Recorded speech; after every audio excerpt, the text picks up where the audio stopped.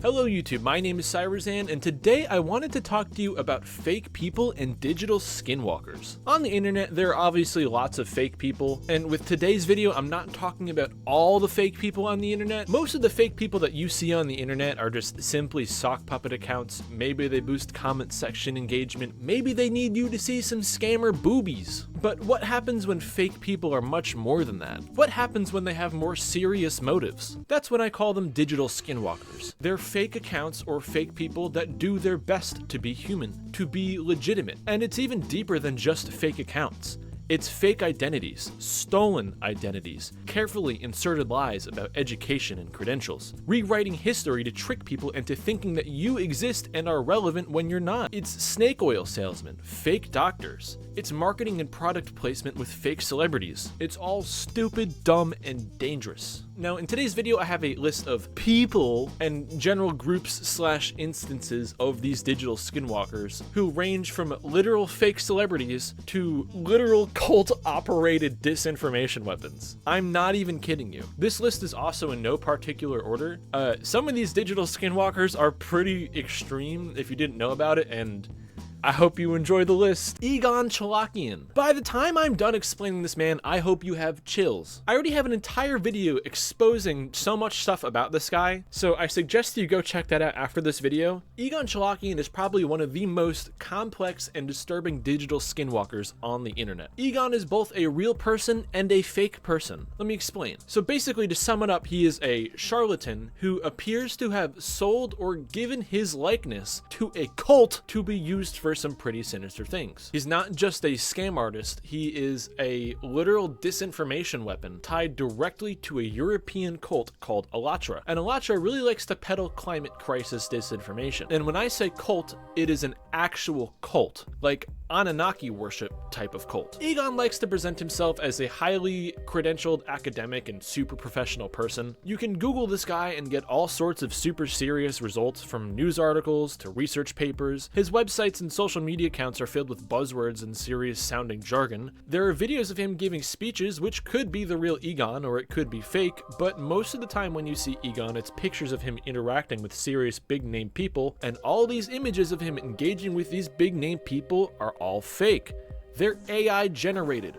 Real images with overlays show that he was inserted into these images. His credentials all seem to be fake. Places that credit his research piggyback off of other people that have the same initials or last name as Egon Cholakian, and that's what he attempts to take credit for. His professional background is entirely unverifiable. Now, aside from all that, there's his association with Alatra. They're basically just a cult that peddles science disinformation, and they claim to understand the secrets of Earth's magnetic fields and cosmic disasters and weird hidden global threats, and they try to really put the panic in their people. Egon is one of their mouthpieces in the American sector, and he is a really big part of a subgroup of Alatra, or an American subgroup of Alatra called the Creative Society, or something called the Earth Save Science Collaborative. Egon Cholakian is the one that this cult puts out in front of the camera to sound the alarm, and there are people that believe him, people that don't know any better. People cite Egon's work and things that he says all the time. Now, this is the really extra crazy part about Egon. Egon is a registered foreign agent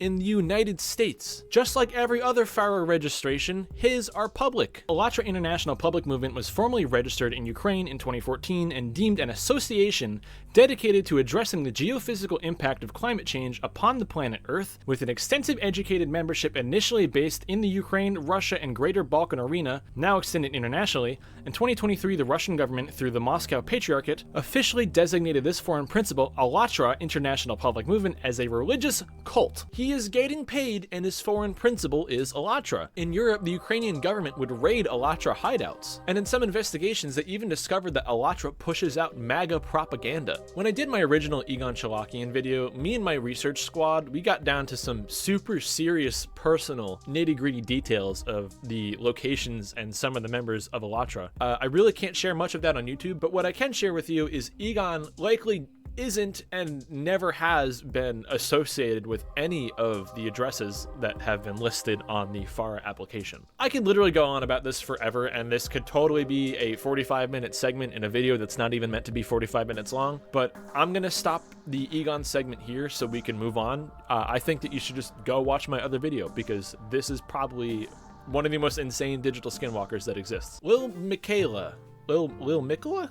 Miquela? So Lil Miquela was one of the earliest and probably most popular fake people on this list. This one has less of a malicious aura to it compared to everything else on this list, but it still gets pretty stupid. So Lil Miquela was this social experiment slash project that got popular on Instagram as a model and a musician, and it was created by this company called Brud. When Lil Miquela, do I keep saying Miquela? I'm so Elden Ring brained, I can't even say people's names right. When Lil Miquela first came out, I remember people constantly debated on whether or not she was real. People genuinely believed that this was a real human being to varying degrees. If you were internet conscious on 2017 to 2019 when she really blew up, you would know exactly what I'm talking about. If you asked anyone if this was a pic of a real human now, they would actually think you live under a rock or are a boomer. I feel like I could spot a fake person from a mile away now, or a good deepfake. I think this mistake was slightly more excusable back then, but even then it's still pretty goofy. There was a time when no one knew if she was real or not. People thought that the photos were just that good and could have been heavily edited to appear fake. There was a report that over 40% of the audience doesn't know it is. By reading comments on her Instagram, I can agree that a lot of people think she's real. One lady commented, "Your makeup is the exact same in every post. How are you so consistent?" The other people think she is real, but some sort of robot that actually exists and is walking around like an android from Detroit Become Human or something.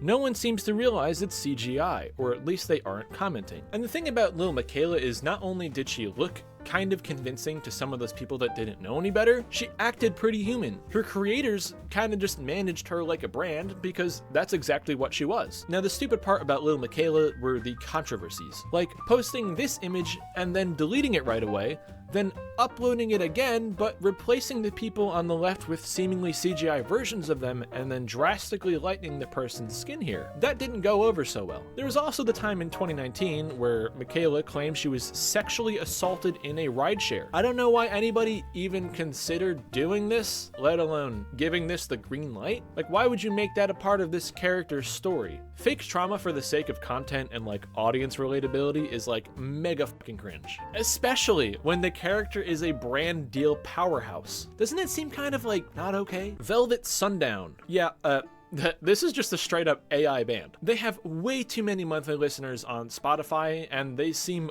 undetectable to people that aren't paying attention. Cyberzan, there's already a fake band. It's called the Gorillas. There's been a bunch of fake artists throughout the entirety of everything. Obviously the Gorillas are fake. Obviously every other fake band is fake. This band doesn't announce that they're fake, and they came out of nowhere. They got super popular super fast. There are no interviews with them, no live recordings. The band member names are all super corny. Gabe Farrow, Lenny West, Milo Raines, and Orion Rio Del Mar. Their official Instagram that's linked through their Spotify is empty with nothing. Their band pictures are obviously AI. I mean, come on. That's kind of rough looking. Their Spotify bio is probably one of the worst parts about this because it is super nondescript and super vague. There's something quietly spellbinding about the Velvet Sundown. You don't just listen to them, you drift into them. Their music doesn't shout for your attention. It seeps in slowly, like a scent that suddenly takes you back to somewhere you didn't expect. Their sound mixes textures of the 70s psychedelic alt-rock and folk rock, yet it blends effortlessly with modern alt-pop and indie structures. This band seems like they kind of just blew up from Spotify algorithm abuse, which is really easy if you can make decent sounding music to the untrained ear and then also insert your music into every single playlist that's ever been known to mankind. I don't think anybody is actually seeking these guys out to listen to them. I think that they're just coming up in Spotify playlists. AI doctors. This shit is so stupid, and it pisses me off because this always plays into people's drives to be healthier or to look better. I have this super common and shared fear with a lot of people that I'm gonna have a heart attack. Sometimes I'll get a pain in the left side of my chest or something, or my arm will feel weird, and then I'll get anxious. I'll be like, Oh fuck, oh shit, right? I know a lot of people have this fear. So one day I'm scrolling TikTok and I see this TED Talk looking video. All right, it's kind of got some low quality aspect to it, like it's been re-uploaded a couple times, and it's all making sense. Cut your sodium, cut your sugar, get some cardio. Buy this stuff right at the end of this video. Reduces oxidative stress, supports healthy blood pressure, and helps your body regulate minerals that affect your heart. Shilajit is one of the best natural options I've found that checks all of those boxes. If you're interested, I've linked the exact Shilajit I recommend in my profile. Just make sure you're getting a pure lab-tested source because most of what's out there isn't. But besides from this link in bio, you scroll down a little bit and it's just a bunch of fake people giving you this list of reasons to be healthy. And then at the end of every video, it's, you need to go buy this stuff. Go buy this, go buy this. And look at how many likes and views this video has. There are so many different types of these accounts of these fake talkers, fake doctors, and it's always just snake oil sales. These fake doctors will be any type of doctor that they need to be to sell you fake wellness products. 13 years as a coochie doctor. 13 years as a coochie doctor, and nobody believes me when I tell them this. Pineapple cucumber salad will clear out all the poops. What the fuck? This New York Post article I'm about to show you kind of breaks down how these accounts operate, and this whole article is about AI-generated doctors. One account has posted dozens of clips featuring the same woman who claimed to have spent 13 years as a coochie and butt doctor. A different account features the exact same woman also spewing unfounded medical advice under the guise of being an alleged coochie doctor. Media Matters reported that the same gaggle of alleged deepfake characters have also appeared as salespeople for wellness products or claimed to have connections to Hollywood to dish insider gossip. Javon, I hope I'm saying that right. Mr. Ford, the creator of his namesake beauty brand, recently revealed that the AI-generated personalities can be manipulated on an app called Caption, which bills itself as a tool to generate and edit AI videos. The company claims that it has 100,000 daily users of the app, with over 3 million videos produced every month. This is like really low effort stuff.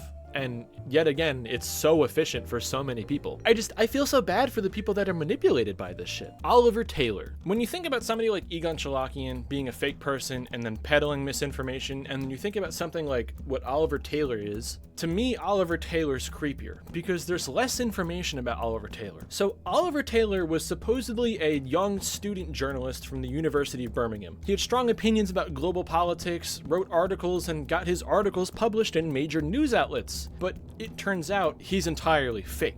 Now, this doesn't sound like that big of a deal, but Oliver Taylor got some super serious attention when he accused Mazen Masri, a London academic, and his wife of being known terrorist sympathizers. Can you imagine being accused of terrorism or being a terrorist sympathizer by a fake account? And it's 10 times creepier knowing that this is a fake account that has credentials out there that people will take seriously, but there will be no repercussions to this. Now, if you Google Oliver Taylor fake, you will find a bunch of articles on the situation, and the situation was originally investigated and reported on by Reuters. Don't just Google regular Oliver Taylor because you'll get the bollocks, shit, and guy.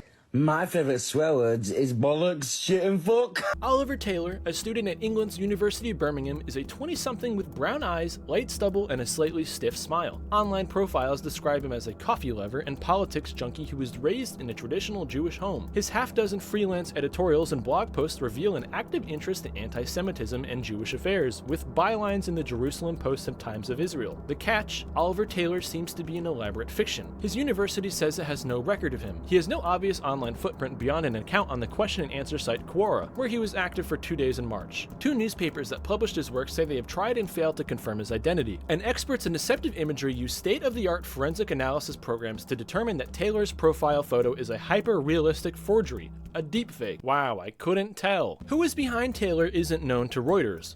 Calls to the UK phone number he supplied to editors drew an automated error message, and he didn't respond to messages left at the Gmail address he used for correspondence. Reuters was alerted to Taylor by London academic Mazen Masri, who drew international attention in late 2018 when he helped launch an Israeli lawsuit against the surveillance company NSO on behalf of alleged Mexican victims of the company's phone hacking technology. In an article in US Jewish newspaper The Allgemeiner, Taylor had accused Masri and his wife, Palestinian rights campaigner Rika Barnard, of being known terrorist sympathizers. Masri and Barnard were taken aback by the allegation, which they deny, but they were also baffled as to why a university student would single them out. Masri said he pulled up Taylor's profile photo. He couldn't put his finger on it, he said, but something about the young man's face seemed off. That's pretty spooky, but imagine more Oliver Taylors. That leads us into Operation Doppelganger. Most of the digital skinwalkers on this list operate as individuals, but Operation Doppelganger is a lot bigger than that. It is a full-scale, state-backed disinformation machine made by a Russian IT company called the Social Design Agency, and it's like hundreds of Oliver Taylors are trying to impersonate big mainstream networks. Operation Doppelganger creates fake news outlets, fake journalists, and fake stories that are meant to look like and sound like legitimate Western media. These sites publish propaganda pieces critical of NATO, Ukraine, and the United States, and often copy the style and layout of Western media such as BBC, The Guardian, or even Fox News. The entire point of Operation Doppelganger is to weaken support for the Ukraine war, and their misinformation typically follows 4 main points. Sanctions against Russia are inefficient, Westerners are Russophobic, the Ukrainian army is barbaric and made of neo-Nazis,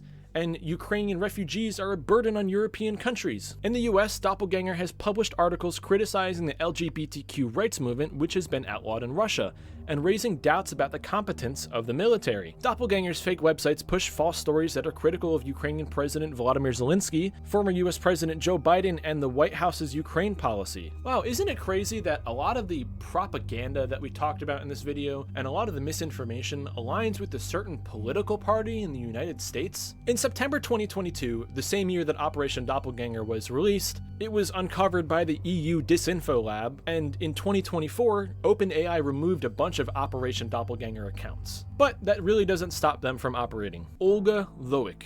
This is a really good example of someone waking up to a nightmare and getting the absolute shit end of the stick in the deepfake department. Olga is a content creator, a real human being with a real face. They have a real job, they do stuff. They're like 21, 22 years old, but literally within a year of her making her YouTube account, her face and voice were stolen to produce Chinese deepfakes, and these deepfakes are used as a weird pro-Russia sales account. The deepfake accounts, all with different names, all with varying numbers of likes and followers, made the claim that she's a Russian woman that lives in China. She's been living in China for like 8 years, and she wants to sell some either homemade or Russian products to help support Russia, or all sorts of other sales. Last Wednesday, I woke up, habitually went to check my phone, and saw this message. Do you speak any Mandarin? I think someone steals your photos and videos on Chinese social media. At that moment, I had already known that someone was re-uploading my YouTube content to Chinese social media websites, which was annoying but didn't bother me too much. But when I went to check the links this person sent me alongside their message, I was shocked. 很感动，当全世界都在给俄罗斯男看诗，只有你们中国的兄弟姐妹没抛弃我们。俄罗斯的农村真是个奇妙的地方，注释是土豆。 This is not Olga. Her name is April, and she's been living in China for 8 years. She has my voice, my face, and she speaks fluent Mandarin. And here's Natasha. She's the 31-year-old Russian woman who decided to come to China to sell and advertise Russian food. Like, imagine waking up one day to find out that you're a product sales pitch in some other country and people are using your face to take advantage of lonely, horny men. Olga Loiek, a University of Pennsylvania student, was looking for an audience on the internet. Just not like this. Shortly after launching a YouTube channel in November last year, Loiek, a 21-year-old from Ukraine, found her image had been taken and spun through artificial intelligence to create alter egos on Chinese social media platforms. Her digital doppelgangers, like Natasha, claimed to be Russian women fluent in Chinese who wanted to thank China for its support of Russia and make a little money on the side selling products such as Russian candies. What's more, the fake accounts had hundreds of thousands of followers in China, far more than Loiek herself. This is literally like my face speaking Mandarin, and in the background I'm seeing the Kremlin and Moscow, and I'm talking about how great Russia and China are, Loiek told Reuters. That was really creepy because these are things I would never say in life. Loiek's case is representative of an increasing number of what at first sight appears to be Russian women on Chinese social media who show their love of China in fluent Chinese and say they seek to support Russia at war by selling imports from their homeland. None of them exist, however. They are AI generated by misappropriating clips of real women found online, and the videos the fake avatars create are used to pitch products to single Chinese men, experts say. So what's the message of today's video? Don't fall into propaganda and don't get your digital skin stolen. Thanks for watching. Bye bye.